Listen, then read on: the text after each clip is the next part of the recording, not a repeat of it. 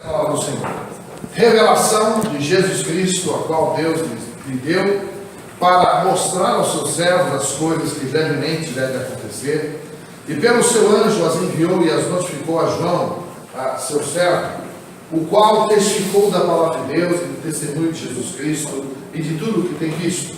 Bem-aventurado aquele que lê e os que ouvem as palavras dessa profecia e guardam as coisas que nela estão escritas, porque o tempo está próximo.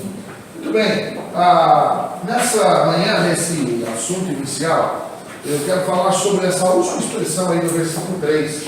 Qual é a última expressão? A última expressão é o verso 3. O tempo está próximo. Exatamente essa expressão que vamos falar nessa manhã. O tempo está próximo. Essa é a nossa proposta nessa manhã, falar sobre o tempo está próximo. Bom, quando a gente fala sobre o livro de Apocalipse, alguns já conhecem, Deus usou um homem para escrever essas palavras, as palavras desse livro. Quem foi esse homem que Deus usou para escrever essas palavras? O livro de Apocalipse. Quem foi que Deus usou? O homem chamado Apóstolo João, o famoso Apóstolo João, aquele que andou com Jesus e que andou com ele durante os anos que Jesus esteve nesse mundo, do seu ministério. João foi esse homem, foi o último dos apóstolos que se manteve vivo, né? E aqui já era quase virando o primeiro século, ano 96 depois de Cristo. Ou seja, depois que Cristo morreu e subiu aos céus, esse texto aqui foi escrito o quê? 60 anos, mais de 60 anos depois da morte e ressurreição de Cristo. E Apocalipse foi o último livro a ser escrito e colocado na Bíblia. É o último livro, não só porque ele é o último aí das páginas do seu livro, da Bíblia, mas ele foi o último a ser escrito mesmo. E aí, esse homem, João, escreveu essas palavras, né? Por orientação de Deus, é claro, Deus que disse para ele, João escreve isso, aquilo. E ele estava num período de exílio, é como se tivesse sido mandado para uma prisão, né? É como se tivesse usado hoje a tornozeleira eletrônica, né? Que muitos estão usando por aí. Dizem que tornozeleira eletrônica é uma joia chique que só gente rica que usa, né? Hoje virou objeto de cobiça, né? E quem está preso não tem direito a essa joia, né? E tem muita gente presa que preferia estar na tornozeleira eletrônica, né? Então dizem que tornozeleira eletrônica é um objeto de luxo que só alguns podem, né? Esse dia atrás me falaram que nem tornozeleira tinha mais, acabaram, né? O pessoal não tinha nem com essa opção. Enfim, mas João não tinha tornozeleira eletrônica na época, e o imperador romano, perseguindo os cristãos, decidiu mandar João que era uma influência, ele estava numa igreja, numa cidade chamada Éfeso, de onde tem, inclusive, foi escrito a carta aos Efésios, né? E aí, nesse livro de Apocalipse, no capítulo 1, verso 9, ele mesmo diz que ele estava em Patmos. Patmos é uma ilha na Grécia que fica a 60 quilômetros na costa de uma cidade chamada Mileto, que é uma cidade turca. Mileto também é uma cidade bastante conhecida no texto bíblico. E Patmos, que é uma ilha vulcânica ali no Mar Egeu, um território grego. E Patmos, ele na verdade era como se tivessem várias aldeias ali, um porto. E alguns até acham que a ilha de Patmos era quase como se fosse Alcatraz. Não lembra aquele filme Alcatraz, que é uma rocha americana, que de lá fizeram uma cadeia enorme? Alguns acham que Patmos era algo assim, mas na verdade não é. É uma ilha e tinha, hoje estava vendo, tem 3.000 e poucas pessoas habitando naquela ilha. Ela tinha vários lagos envolvendo o mar. E ali, João estava exilado, colocado ali, né, distante das demais comunidades, da cidade de Éfeso, onde ele era. Ele foi colocado ali pelo imperador romano num período de grande perseguição aos cristãos. Então, lá estava João, e dentro dessa situação, um homem já velho, ali naquela condição, exilado naquela ilha por uma decisão do imperador romano, por uma perseguição religiosa, política, os cristãos cresciam, se multiplicavam, e a liderança de João incomodava, e aí por isso ele foi mandado para aquela ilha. E aí, quando parecia tudo perdido, né, para a vida de João, ou seja, agora acabou, né, vamos isolar ele, dali não faz mais influência nenhuma. E na verdade, acabou acontecendo o contrário, porque ali, naquele lugar, Deus decidiu usar João, naquela ilha, mesmo exilado, para escrever essas palavras de Apocalipse, que transformariam a história da humanidade. Apocalipse, quase 2000 anos depois, continua sendo um dos livros mais requisitados, mais lidos, mais procurados na história. E, na verdade, a boca de João não foi calada. Na verdade, foi trocado pela mão, né, e não a boca necessariamente. E Deus usou esse homem para escrever as preciosas palavras que estão no livro de Apocalipse. A palavra Apocalipse vem de uma palavra grega, e essa palavra é uma junção de duas outras palavras, na verdade. E a primeira parte dela é tirar ou tirado, e a segunda é a palavra que seria traduzida como véu. Então, a palavra Apocalipse vem do grego, que significa tirar o véu, né? Ou seja, remover o véu. É como a pessoa que tem um véu no rosto e tira para poder ver melhor. Então, daí a tradução no português manteve essa palavra Apocalipse, que é uma palavra grega, uma junção de significa tirar o véu. Mas a primeira palavra do livro de Apocalipse, capítulo 1, versículo 1, dá o significado da palavra, que é o tirar o véu, que é a primeira palavra. Qual é a primeira palavra que aparece no livro aí? Revelação. A palavra revelação tem o mesmo significado, né? De velar, ou seja, tirar o véu, tirar aquilo que vela, aquilo que esconde. Revelação. Então, na verdade, a palavra Apocalipse acaba tendo um sentido mais forte até do que revelação. Mas revelação significa isso, tirar o véu, assim como Apocalipse, na língua original, tem significado. Então, quando você vê a palavra Apocalipse, muita gente usa, entenda que ela significa apenas tirar o véu. E traduzido para o português, a melhor tradução aí, nesse caso, uma palavra, é a palavra revelação. Tanto que em algumas línguas, como por exemplo o inglês, no inglês não usa a palavra Apocalipse, a Bíblia é americana, né? Os americanos não têm lá Apocalipse, eles usam a palavra revelação, ou revelation, que é a mesma palavra, simplesmente numa forma diferente de ser dita. Mas eles usam a palavra revelação. Uma outra curiosidade na história é que a palavra revelação que está aí, ela está no singular. Ela não está no plural. Então não é o livro das revelações, mas é o livro da revelação. E é curioso que você pode olhar aí a primeira palavra, ela está no singular, revelação no singular. Porque a revelação e revelações, qual a diferença? Revelações seria dizer um monte de coisas, né? E por que será que é no singular? O que você acha? Por que será que é revelação? Ou seja, singular e não no plural. O que você acha? Se quiser, no pastor geral, que já é professor do assunto, que não pode falar, não tem graça, né? Então a brincadeira não funciona, né? Não adianta você for para brincar, alguém que já conhece, que é professor, então não adianta, né? Hoje ele sabe que ele não pode falar muita coisa, não.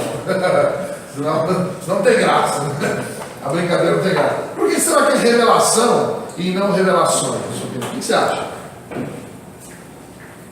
Por que será revelação e não revelações? Porque é uma só, né? Apesar de falar, aparentar ser várias coisas diferentes, é um plano só, é o plano da volta de Cristo, do fim dos tempos mesmo. É uma coisa só. Ok. O que mais?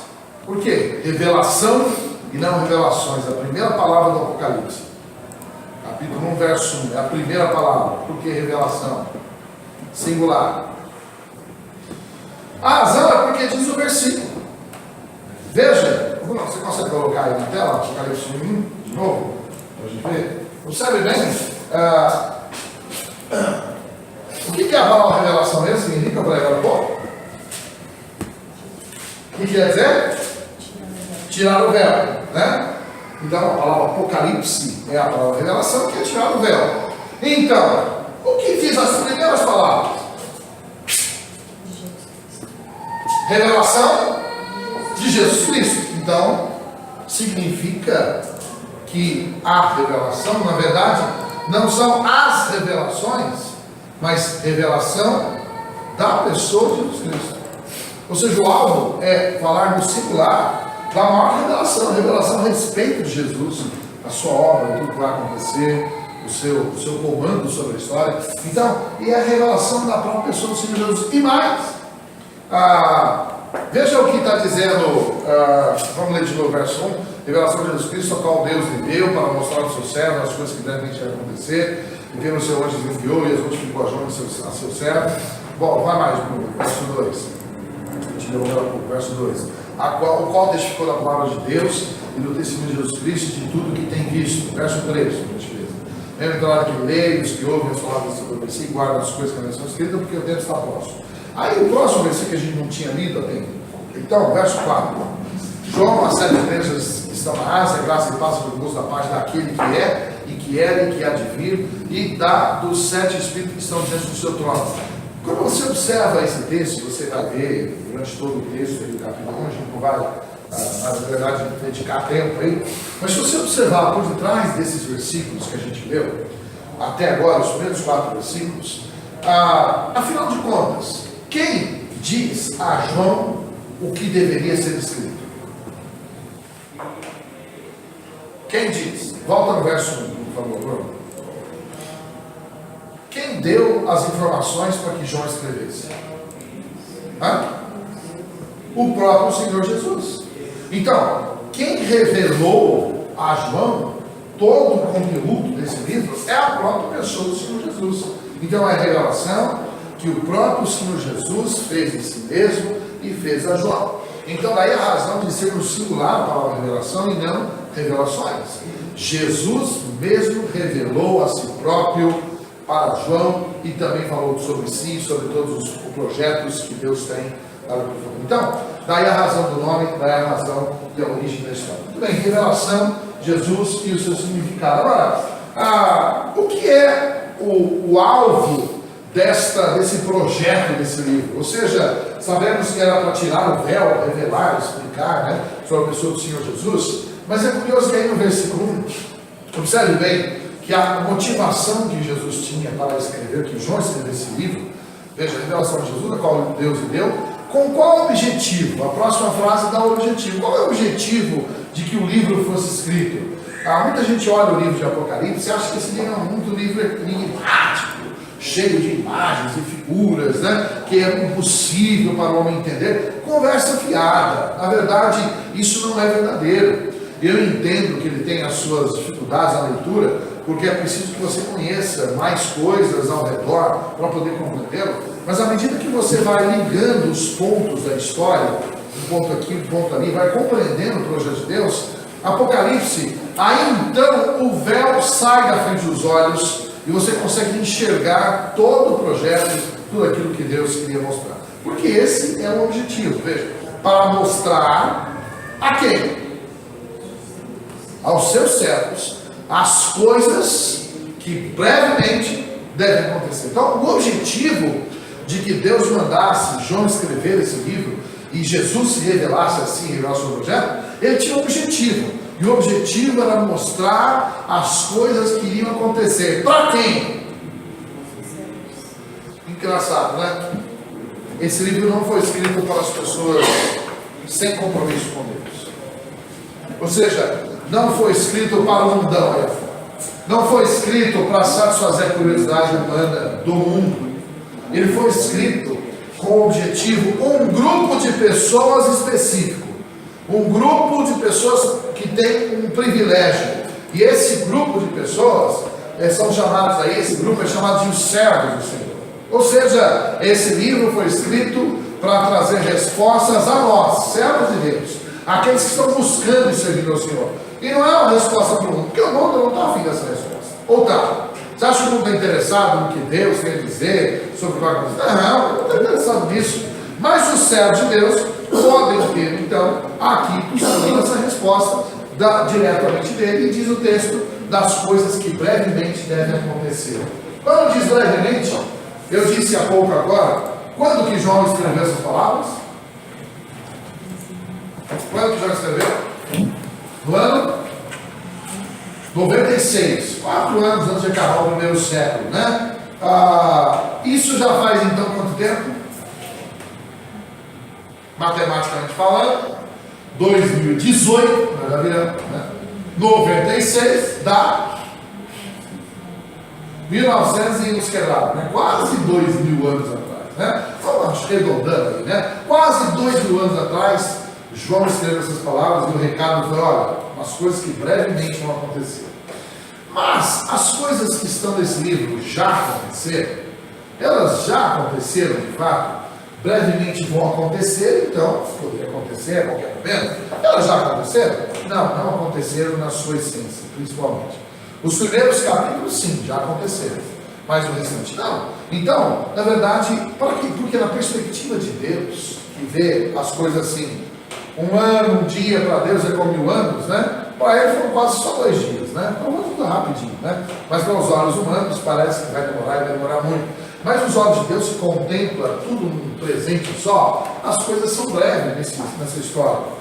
Muito bem, quando a gente fala sobre, e aí eu quero então voltar aqui na expressão do tema de hoje, no final do versículo 3, a última expressão que eu disse que é o tempo está próximo. E essa expressão é que chamou a atenção no meu coração e eu quero compartilhar com vocês. Por que é que Deus usou essa expressão? Por que o Senhor Jesus usou a expressão nesse final do texto, essa apresentação do livro, dizendo o tempo está próximo? Quando a gente fala sobre tempo, isso traz uma grande curiosidade a todos, né? Teve uns anos 80, né, que saiu aquele filme de Volta para o Futuro, foi isso, né? Volta para o Futuro. Foi um filme que fez um grande sucesso na época. Hoje, quando passa nas reviradas de filmes, né? Ainda chama atenção na sua experiência, né? Aquele negócio de voltar ao passado, ir para o futuro. Quando fala sobre tempo, é uma coisa curiosa, né? Aquele filme de máquina do tempo, que a pessoa vai para um lado, vai para o outro. Ele traz uma certa curiosidade, né? E as pessoas são curiosas, não só quanto ao futuro, mas quanto ao passado e ao presente, né? E aqueles filmes de ficção de máquina do tempo sempre chamam atenção. Mas principalmente chama atenção sobre a questão do tempo quando se trata do futuro. Porque o passado a gente já pode ler e ouvir comentários, né? O presente está acontecendo, mas o futuro é uma coisa que todos nós conhecemos. E é uma grande curiosidade sobre o tema futuro. Afinal, sobre o futuro que nos reserva. E quando a gente está na virada de ano, final de ano, de um ano agora, como foi 2017, início de 2018, esse tema ele aparece de novo nas conversas, nas rodinhas todas. Todo mundo fala sobre o tempo, fala sobre o futuro. E em geral, nessa época, que vira o calendário, que todo mundo começa a falar sobre quais são as metas desse ano, né? Afinal de contas, o que vai acontecer, as novas realidades. Ontem mesmo eu estava visitando um fornecedor nosso na empresa, e aí ele falava, como é que você acha que vai ser esse ano? Eu falei, olha, muita coisa acontecendo, e quando você olha os jornais, as notícias, é tão incerto, né, você falar sobre o amanhã, o futuro, não só no aspecto profético, mas sobre o que vai acontecer nesse país, na política. Esse ano é um ano de muitos mistérios. O que vai acontecer no Brasil, por exemplo, em 2018. Mas também, ao mesmo tempo, as pessoas falam sobre os seus próprios sonhos, né? Os seus próprios projetos. Vi muita matéria esses dias agora, curiosamente, nessa visão nova de geração saúde, sobre perder peso, né? Todo mundo fala, vou perder peso, outros querem ganhar peso, né? Ao contrário de alguns querem ganhar, né? Outros querem perder. Se alguém estiver procurando os preços, só procurar, que eu tenho algumas opções para você, né? Para quem está querendo perder e alguém quiser achando, querer procurar, a gente pode fazer um bem bolado, não tem problema. Mas tem gente que não consegue engordar, tem gente que não consegue emagrecer. São sonhos, são metas, né? Outros querem ter uma vida mais saudável. Eu entendo, cada um pode ter seu objetivo, a sua meta nesse ano. Mas a gente não sabe nem o que vai acontecer hoje. Tem como? Eu sei que alguns aqui já estão planejados, decididos, né, agendados, que vai filar a boia na sogra hoje no almoço, né? O que é uma boa, né? Não pode, claro, né? Ou alguns já estão pensando na galinha morta que vai pegar no almoço, aquela já assada, toda decorada. Outros o que vão fazer, mas a gente não sabe o que vai acontecer às 11 horas, né? Ao meio-dia. Nem o dia de hoje, muito mais amanhã, segunda-feira brava, né? Que praticamente o Brasil, o ano, recomeça uma parte agora, até depois do Carnaval. A gente não sabe o que vai acontecer hoje, mas não sabe o que vai acontecer amanhã. Muito menos o amanhã no sentido genérico, ou seja, o esse ano, as próximas semanas e anos. Quando a gente olha no livro de Apocalipse, no entanto, nós somos ensinados a ter uma perspectiva diferente sobre o futuro, sobre esse amanhã, sobre as realidades que nos esperam. Sabe por quê? Porque quando a gente lê o livro de Apocalipse, a gente vê que é Deus falando sobre os capítulos finais da novela chamada Vida Humana na Terra, ou a vida humana como um todo. Deus falando sobre todos os capítulos que estão pela frente na nossa história da humanidade. E quando a gente olha e lê esse livro e compreende o seu conteúdo, essas respostas de Deus, elas podem nos trazer grande consolo, e principalmente nos trazer assim, chão para pisar diante de tantas incertezas que nós temos por aí. Essa informação de Deus nos ajuda a saber o que nós temos pela frente e o que nós temos para esperar. Portanto, quando afirmamos, e quando o Senhor aqui afirmou nessa última parte, o tempo está próximo, o que nós podemos compreender ou entender diante disso? E aí, nessa manhã, eu quero falar sobre 3 aspectos que, quando nós olhamos para essa expressão, que olhamos para o livro, isso pode nos trazer algumas respostas importantes para a nossa história, para o nosso momento, agora, nessa semana, 2018. Esse texto pode trazer um consolo, uma resposta para a sua vida e para a minha. E aí eu quero então falar sobre 3 aspectos. O primeiro deles é compreender quais são os fatos que Deus disse que iria acontecer dali para frente. Ou seja, nessa conversa de pé de orelha de Jesus com João, o que Jesus disse para João que iria acontecer e que nós precisamos saber e podemos saber através do livro de Apocalipse. Então, aí eu fiz um resuminho. Resuminho é o seguinte: agora, nesse momento, eu vou fazer em 2 minutos um resumo sobre o livro de Apocalipse inteiro. Presta atenção, o livro, resumo do livro de Apocalipse, cronologicamente, na ordem que está acontecendo, que vai acontecer, em apenas 2 minutos. Mas é simples, né? Então, vou dizer assim: o primeiro capítulo, sabe o que fala? É Jesus se apresentando como o centro da revelação, o centro da história humana. E o capítulo 1, depois eu vou fazer isso agora para estimular você a, durante a semana, ler pelo menos várias vezes o livro de Apocalipse. Só tem quantos capítulos? 22. Tem 22 capítulos. Então, se você ler aí 3 capítulos por dia, você lê durante a semana inteira o livro de Apocalipse. Numa semana, 3 capítulos, você vai gastar 10 minutos cada 3 capítulos, né? Então você não vai gastar nem muito tempo. Ou seja, se você sentar agora, em 1 hora você lê o livro de Apocalipse, no máximo, se você lê devagar, né? Se não, você gasta 10 minutos cada dia, 3 capítulos, e aí uma semana você lê o livro de Apocalipse. Então, recomendo que você leia. Sabe por quê? Você vai entender um pouco melhor o que nós vamos falar agora. O capítulo 1 é Jesus se apresentando para João e dizendo quem ele é.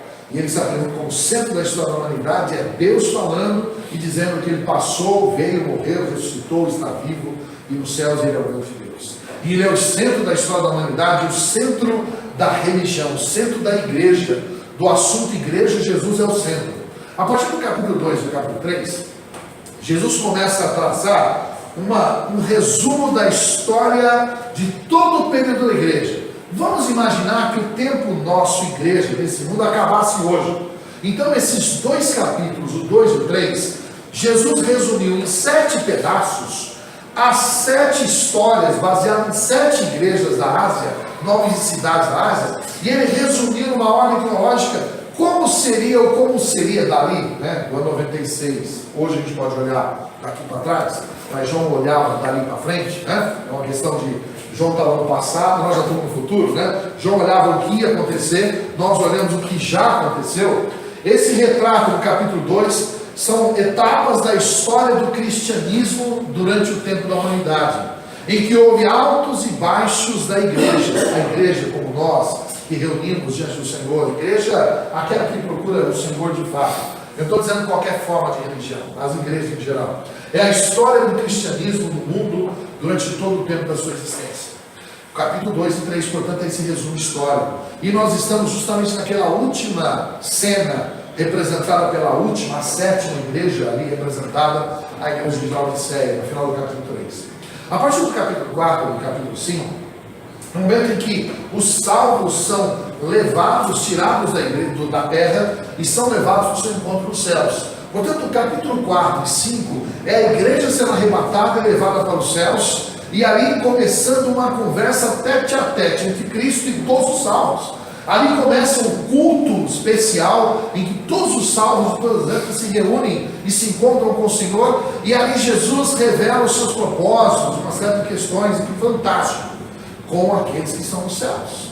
Mas a partir daí, isso é o capítulo 4 e 5, a partir do capítulo 6, os olhos saem dos céus e vai para a terra. Nos céus estão os salvos com Cristo, certo? Levados para os céus.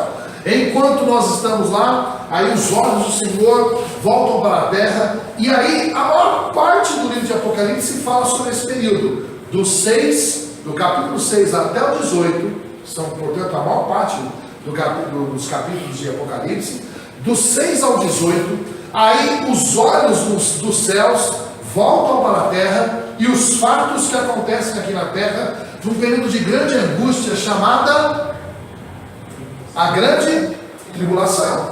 E qual é o objetivo da tribulação? São 2, mas o principal O principal propósito de Deus com a grande tribulação desse mundo é pressionar o povo de Israel, para que esse povo, que teve a oportunidade no passado, possa novamente olhar para Jesus e reconhecer como Messias.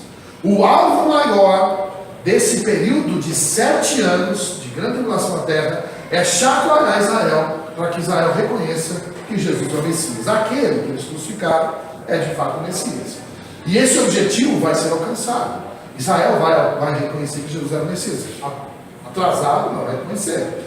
Mas como consequência, Deus coloca o mundo nas mãos de Satanás por 7 anos. E o mundo na mão de Satanás, e Deus mandando castigos celestiais de todas as formas, e chacoalhando o mundo, de tal maneira que muitos castigos são lançados e são permitidos por Deus, também com o governo de Satanás. E portanto são 7 anos de grande angústia, de grande tribulação. E isso tudo é revelado dos capítulos 6 até o capítulo 18. Muito bem, ó, o verbo já está, né, na cabeça. Então, capítulo 1, Jesus se apresenta, certo? Capítulo 2 e 3, a história do cristianismo. Capítulo 4 e 5, a igreja nos céus. Capítulo 6 a 18, depois a gente vai dar sabatinho no final, né? Não, brincadeira. Só vai embora quem souber a resposta, não, brincadeira. Do capítulo 6, é brincadeira, viu, gente? Senão alguém vai falar, passou, vou embora, né? Deu dor de barriga, agora estou saindo. Brincadeira. Do capítulo 6 a 18, portanto, é o que mesmo? Tribulação, o mundo nas mãos de Satanás, pressão para Israel conhecer Jesus como Messias, e o mundo sendo pressionado, Deus mandando castigos, assim por diante. Capítulo 19 é o fim desse período, e Jesus lá no céu agora chega. Aí acontece o que é o nome do livro. Que é o nome do livro mesmo? A primeira palavra do livro é Revelação. Aí, no capítulo 19, aqui no mundo ainda só Israel reconheceu que Jesus é o Messias, mas o mundo não.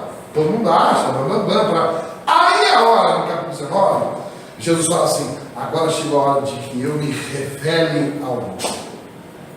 Revelação, Jesus sai do céu, agora eu vou me revelar ao mundo. Então é a hora em que acontece a revelação de Jesus. Jesus sai dos céus, e aí a gente atrás, ainda bem que atrás, né? Porque, né, nessa hora é bom ter alguém forte na frente, né? Porque ele vem para enfrentar o mundo sozinho, né? Apesar que não precisa de mais ninguém, né? Ele sozinho vem na frente, a Bíblia descreve ele, está no cavalo branco, tá lá, vestido de rei dos reis, senhor dos senhores, tá lá, e ele vem na frente, e o capítulo 19 é esse momento que Jesus vem. Antes ele veio até, nasceu aqui humilde e tal, a segunda vez ele veio para buscar o povo dele nas nuvens, agora não, ele vem, pisa na terra, e ele diz: agora quem sou eu? E é o momento que Jesus se revela ao mundo inteiro, e todo mundo fala: uau, tarde demais, para muita gente. E é o momento da revelação, o momento de julgamento dos povos, todas as nações e pessoas são levadas dentro do seu propósito, de maneira a julgamento por Deus. Então, capítulo 19, no capítulo 20, é esse momento em que Jesus se revela ao mundo e traz sério julgamento. Estou chutando as cadeiras já, né? Eu estou chegando, vou começar a chutar as cadeiras, não. Mas é o momento em que ele se apresenta, ele se revela como o grande Deus, mas também o grande juiz da humanidade e das nações, e traz julgamento das nações e aos povos. O capítulo 19 e 20, portanto, é esse momento de encontro fatal, porque é o momento em que acabaram as oportunidades, e ali é a hora em que tem que passar a régua e resolver as questões. Capítulo 19 e 20. Aí, capítulo 20 e 21, portanto, já o final do livro, 19 e 20 é a revelação do livro, 21 e 22 são os dois últimos capítulos, é já a separação. Quem vai ficar com Deus, quem não vai ficar com Deus, ou seja, os que rejeitaram, os que aceitaram. Então é separado ali os que aceitaram, ficaram com o Senhor, os que não aceitaram. E aí então os olhos do céu, os olhos do texto bíblico apresentam as vantagens, as belezas daqueles que reconheceram Jesus e decidiram ficar ao lado do Senhor Jesus.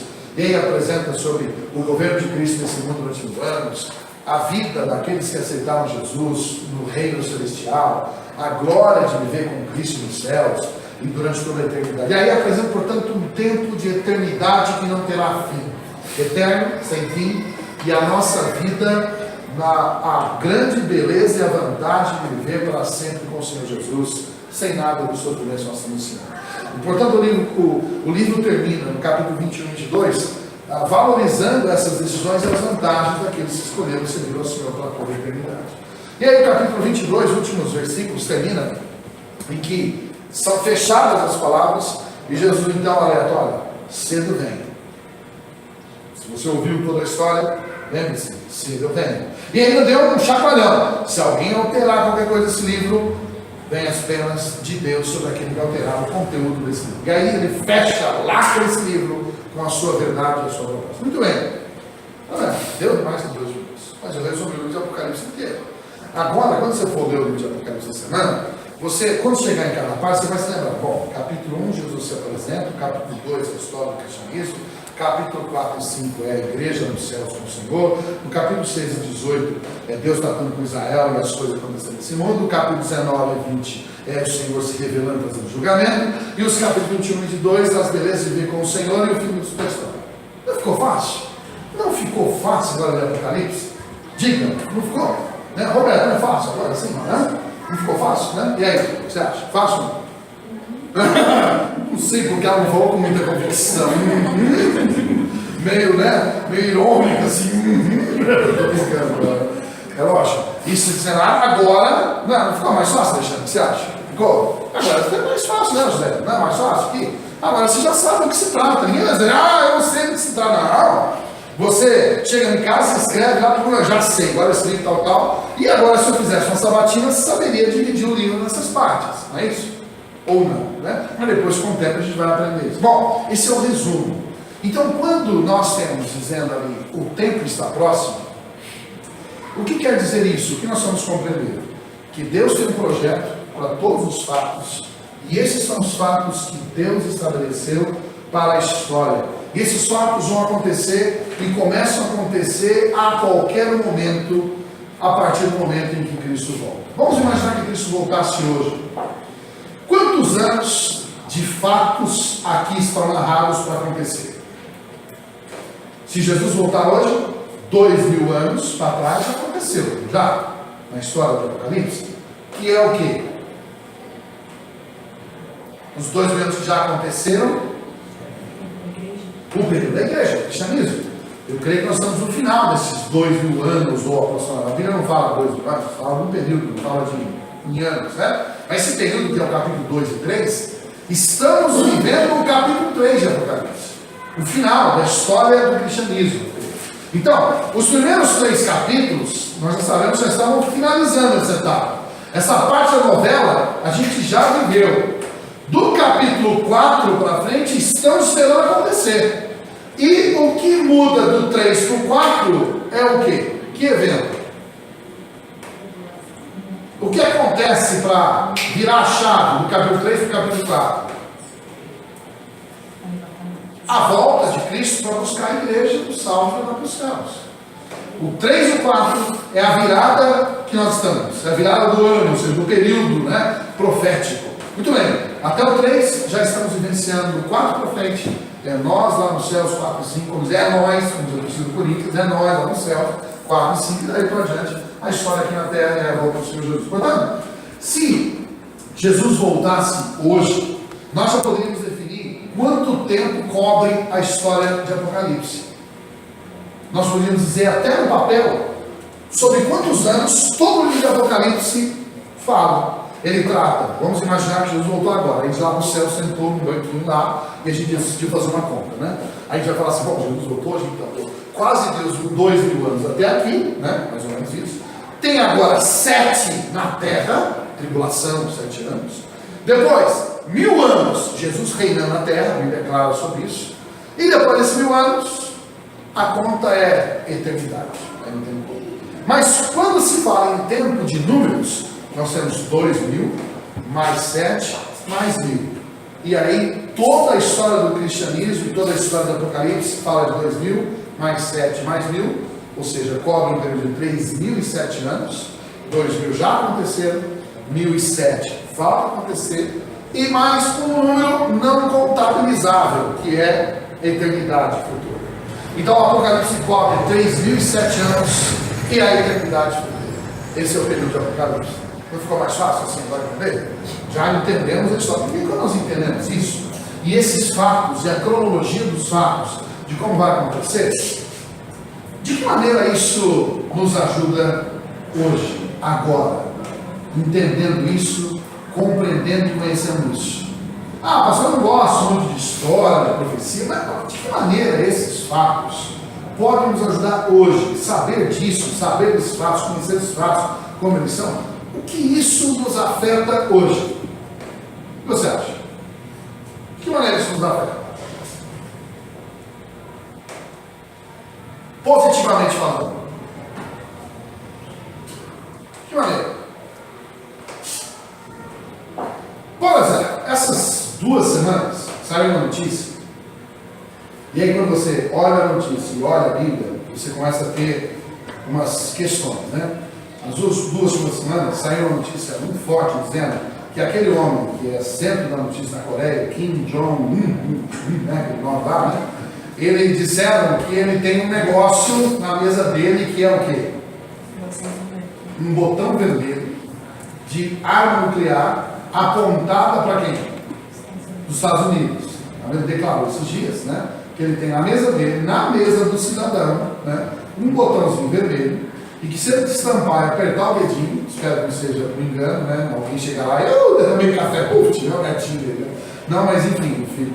Ele tem um botãozinho vermelho na mesa dele, que se ele apertar, nisso cai nos Estados Unidos e acaba tudo.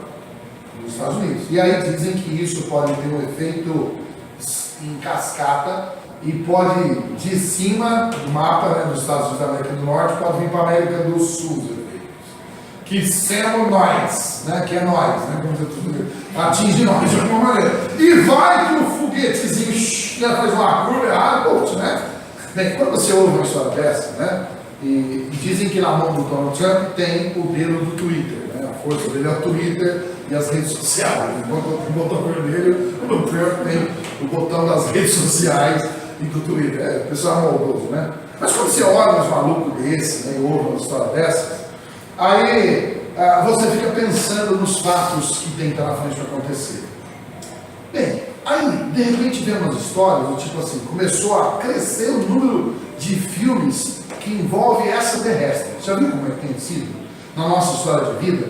Quanta história de extraterrestre aparece hoje em dia? A todo momento aparece. A todo momento aparece história de gente que viu um marciano, não só de Varginha, como já disseram que viram, visionário, o negócio da NASA nos anos 60. Toda hora fala, né? Um super-herói que desce, que desceu, gente que viu, que presenciou né, um monstro, um bicho, uma nave espacial, um OVNI. Toda hora a gente ouve a história de que a qualquer momento a nave-mãe vai fazer sombra na Terra e vai descer uns bichinhos, né? E vão acabar com nós todos, né? Ou vão se apresentar os deuses do mundo que construíram as pirâmides. Já viu isso? Toda hora nós somos invadidos com a história de que nós somos reféns, os mais pobres tecnologicamente de todo o universo, e que todos lá fora sabem mais do que nós, e todos eles são mais espertos do que nós. Já viu isso? Toda vez. Nunca falaram de um extraterrestre burro. Todos eles são mais inteligentes, mais fortes, mais capazes. Os burros somos nós. Olha lá, toda a perspectiva é essa. E aí todo mundo fica com medo de uma nave vai aparecer, né, um OVNI, uma estrela, e aí acaba com tudo. E aí nós somos invadidos por essa história de que o mundo vai acabar, uma terceira guerra mundial. Toda hora nós ficamos tensos com essa especulação. Somos também a todo momento envolvidos na história de que todos nós estaremos fora do plano, que o mundo vai acabar, vai haver um caos, os oceanos vão cobrir a terra, viu isso? Ou então as geleiras vão derreter e vai inundar tudo, o sol vai chegar na terra. A gente é envolvido em tantas catástrofes. E a gente começa a ouvir tudo isso, e aí tem uma questão.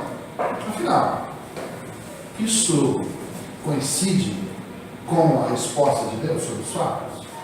Estas possibilidades estão na mesma trilha daquilo que Deus revelou sobre os fatos que vão acontecer? O que você acha? Estão? No resumo que eu fiz de Apocalipse, caberia alguma desses fatos na projeção dos futuros acontecimentos da história? Nenhum. Irmãos, lembre-se, não tem extraterrestre. Ponto. Não existem extraterrestres. Biblicamente não tem. Deus criou o mundo, a terra e todos que nele habitam, e esse mundo pertence ao Senhor, e os planos de Deus é apenas com a terra. Amém? Esse é o plano de Deus. O resto é especulação diabólica. Não tem extraterrestre. Não existe. E nunca vão encontrar. O que vem por aí são manifestações diabólicas. Os fatos que a Bíblia descreve, jamais há qualquer espaço para dizer que há vida fora desse planeta. Isso é uma maneira, uma tentativa de diminuir o projeto de Deus para a humanidade. Simplesmente é uma afronta a Deus. Não cabe. Outra coisa, um homem qualquer que vai destruir o planeta Terra, não cabe nos planos de Deus. Porque Deus estabeleceu os fatos, pôs a mão em cima, e não há homem que consiga mudar os fatos que Deus desenhou para a história do mundo. Deus soberano sobre os fatos, e os fatos acontecerão exatamente como Jesus revelou que iriam acontecer. Portanto, uma das coisas que nós vemos quando a gente vira humano, muitas vezes são os temores, as depressões, as ansiedades que vêm sobre nós, pelas incertezas do futuro. Eu entendo essas incertezas, mas irmãos, lembre-se, nós estamos sob um guarda-chuva de Deus, aproveitando a chuva, né? Um guarda-chuva da proteção divina. Ou seja, nada vai sair fora, além desse guarda-chuva que Deus desenhou e decidiu e revelou. Portanto, não há homem algum que vai mudar, não há extraterrestre na face do universo, não há outra história que vai mudar os projetos que Deus estabeleceu. Eu não estou dizendo que Deus não pode permitir catástrofes, que Deus não pode permitir guerras, não estou dizendo isso. Mas quando a gente entende os fatos de uma forma genérica, nós compreendemos que há um limite da ação humana. E esse limite é dentro desse cercadinho dos fatos que Deus revelou que vão acontecer. Debaixo disso pode acontecer muita coisa, verdade.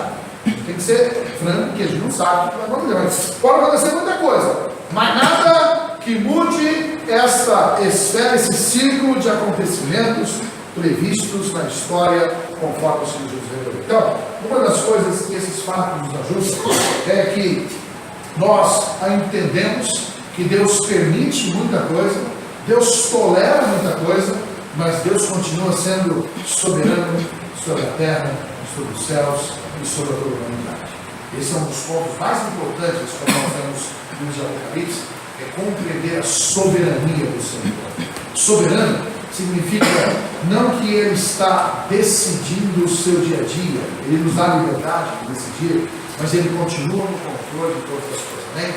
Tipo assim, estou deixando você fazer alguma coisa, mas até aqui, passou disso, a mão de Deus vem e impede, né, que a gente faça alguma coisa.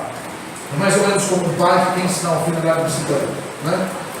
Não sei se você já fez isso, mas quando um pai quer ensinar a criança a andar de bicicleta, é mais ou menos assim: primeiro ele vai, põe junto a mão, né? Roberto, primeiro isso presente, não, você ensinou o seu filho, você foi no começo, foi no rodinho, né? Botou a mão do lado, foi, no primeiro momento não deixando cair, às vezes uma hora aí vai, até que uma hora o pai falou: agora já aprendeu, solta as mãos, até um certo ponto, você pode atrás.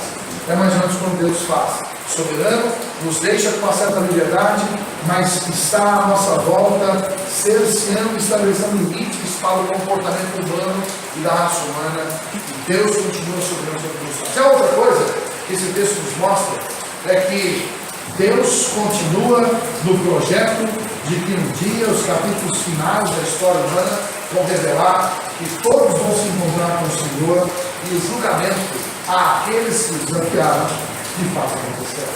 Ou seja, quando nós lemos os fatos que acontecem hoje na história da humanidade, lemos esse futuro, nós podemos ter certeza que julgamento existe e esse julgamento virá. Portanto, ninguém ficará impune ao julgamento das pessoas do Senhor. Os fatos estão ali para nos dar essa certeza de que o tempo está próximo, eles virão acontecer, mas nós sabemos que Deus continua no controle e a vida humana, sem dúvida, passará pelo julgamento das pessoas do Senhor. Agora, faltam 5 minutos para acabar a nossa aula e eu tenho 2 outros assuntos para falar aqui, mas acho que eu falo muito bem, né? Então, parar aqui, mas com uma proposta de quem sabe ajudar você a compreender melhor esses fatos que eu já falei sobre o Apocalipse e como todo. E aí, depois das próximas aulas, nós vamos estudar um pouco mais dedicadamente o livro do Apocalipse. Os fatos, vamos tentar mergulhar nos capítulos e entender um pouquinho melhor. Mas agora, de uma forma geral, se você tem uma pergunta, seja tão específica sobre o livro, mas quer entender sobre esses fatos, se a oportunidade para você escutar agora, o cara se fala assim, não, cara, está sendo muito. Mas eu vou aprender sobre esses fatos que aconteceram, a nossa história, a nossa visão sobre esses fatos, sobre o controle de Deus sobre a história. E o fato de saber isso tem que trazer um conforto, porque nós sabemos que Deus continua soberano e continua dizendo de todos nós, assim como continua limitando a ação da humanidade. Não tem homem algum, por mais superior, poderoso que ele seja, que conseguirá passar pela mão poderosa de Deus. Amém? Uma pergunta, vamos lá. Oportunidade.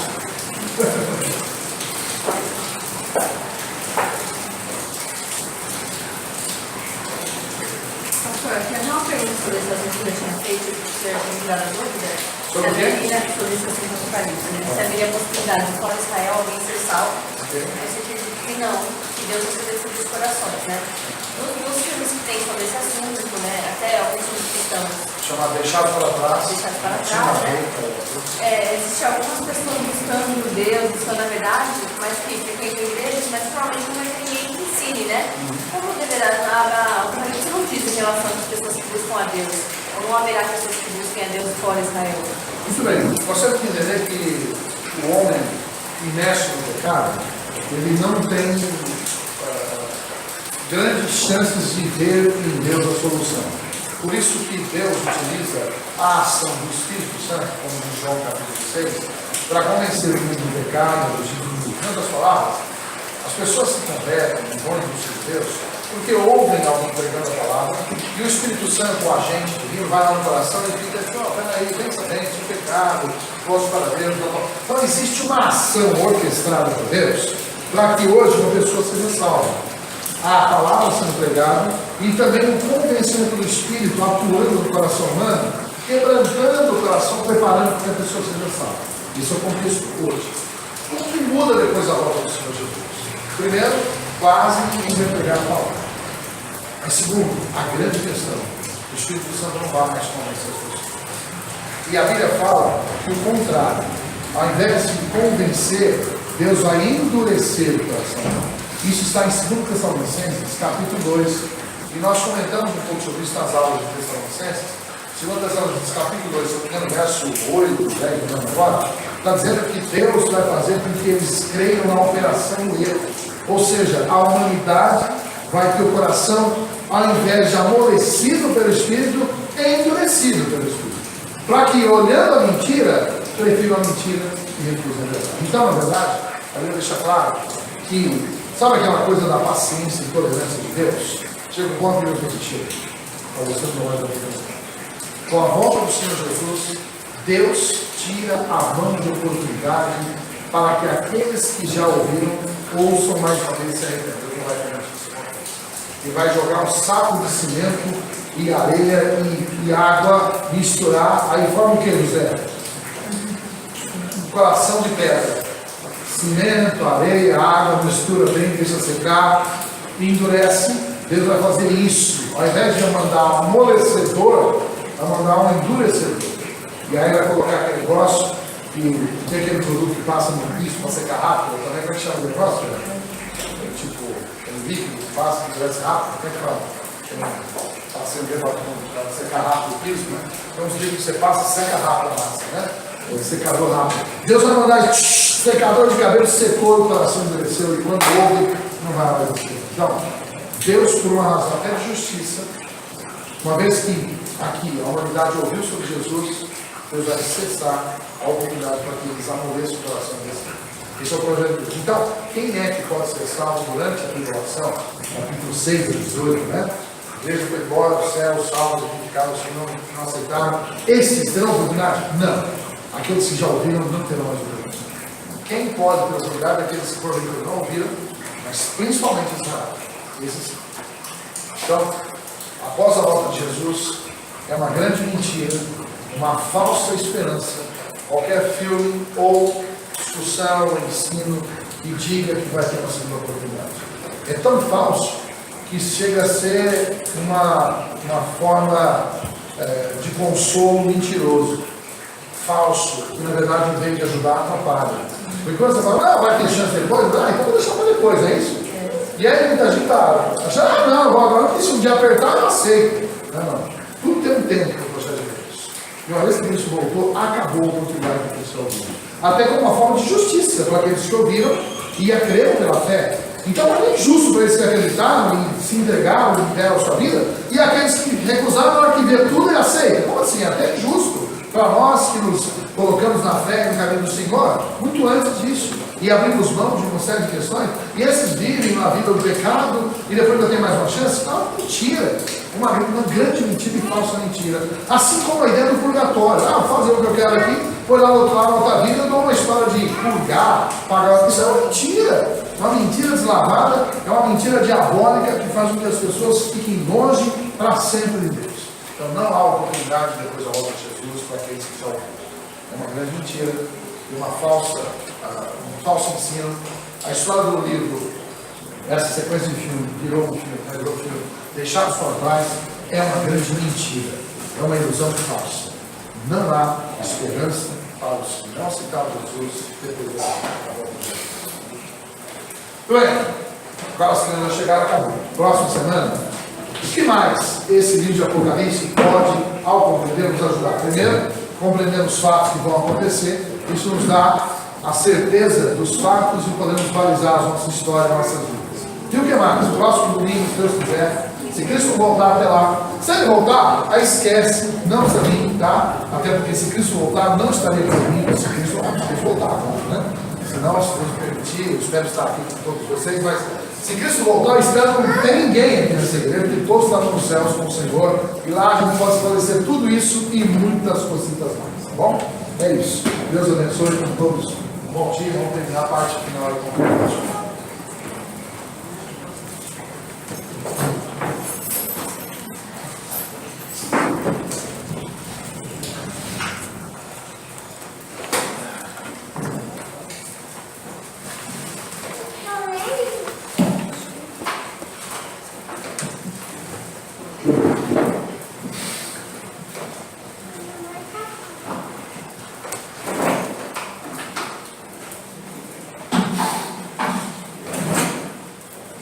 Bom dia!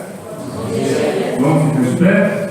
Nesse momento, vamos recolher nossos dias de ofertas, enquanto movemos todos juntos na nossa justiça.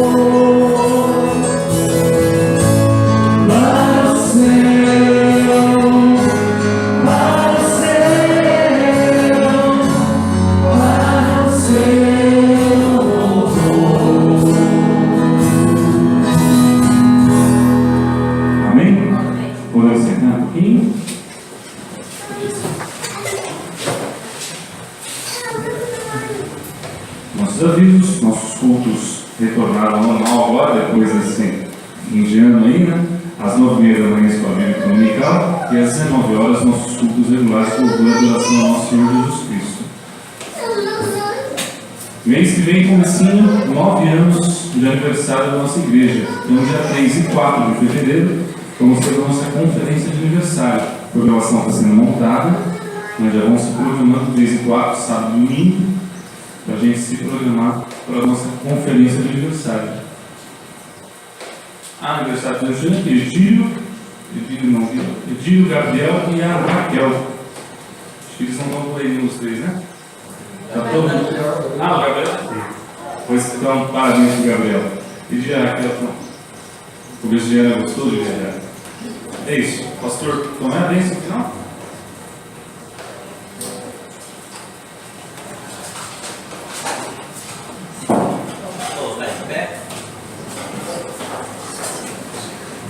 Pai amado, muito obrigado, Deus, pelo teu amor que tem se estendido a nós.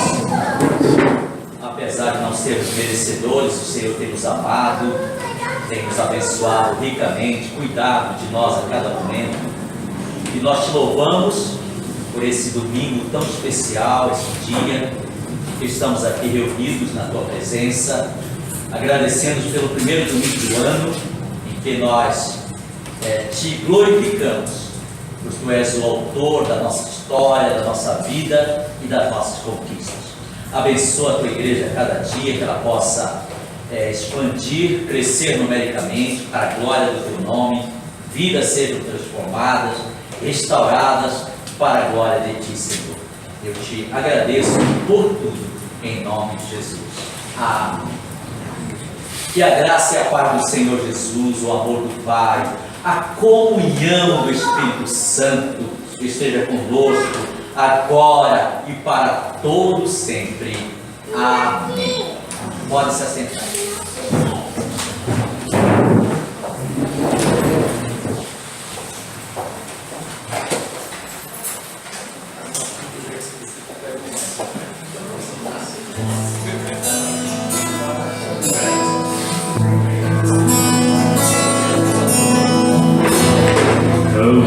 Está sentado